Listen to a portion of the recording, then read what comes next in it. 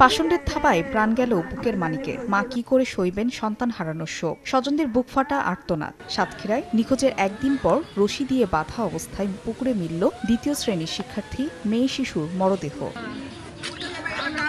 শনিবার সকাল থেকে আশাশুনির আগরদাড়ি গ্রামের রবিউল ইসলাম রুবেলের কন্যা শিশু নুসরাত নিখোঁজ ছিল। বিভিন্ন জায়গায় খোঁজাখুঁজি করেও মেলেনি তার সন্ধান। শনিবার দুপুরে বাড়ির পাশে প্রতিবেশী আজিজের পরিত্যক্ত পুকুরে শিশুটির ভাসমান মরদেহ দেখতে পান স্থানীয়রা। খবর পেয়ে পুলিশ লাশটি উদ্ধারের পর সন্দেহজনক হিসেবে একজনকে গ্রেফতার করে। স্বজনরা বলছেন, পাশের সম্পালা বসুর মেয়ে মিতার সঙ্গে খেলতে যেয়ে নিখোঁজ হয় নুসরাত। ওর গাতে জামাটা খুলে ওই গেঞ্জি খুলেছে, গেঞ্জি খুলে 3 টুকরো করেছে, করি সেই এক টুকরো দিয়ে গলায় পিছাইছে, এমন পিছান জিটা বেরিয়ে গেছে। আমার মেয়ের সুস্থ বিচার চাই, আমি ফাঁসি চাই। আমাদের বাচ্চাটা মরার পর তেমন ভয় হচ্ছে যে আমাদের বাচ্চারা আমরা একা ছাই দিতে পারতিস নি। মানে এরকম একটা অপ্রীত ঘটনা আমাদের গ্রামে আজ পর্যন্ত কোনোদিন ঘটেনি। এতে আমরা গ্রামবাসী সবাই চাই এই প্রকৃতি অপরাধীর দৃষ্টিমূলক সাজা হোক। এই ঘটনায় শিশুটির বাবা বাদী হয়ে অজ্ঞাত আসামিদের বিরুদ্ধে আশাশুনি থানায় একটি হত্যা মামলা করেন। পুলিশের ধারণা, শিশুটিকে ধর্ষণের পর গলায় ফাঁস দিয়ে শ্বাসরোধে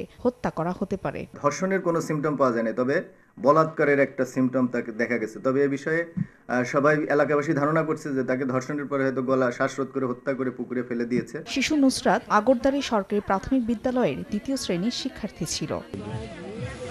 সময় সংবাদ, সাতক্ষীরা।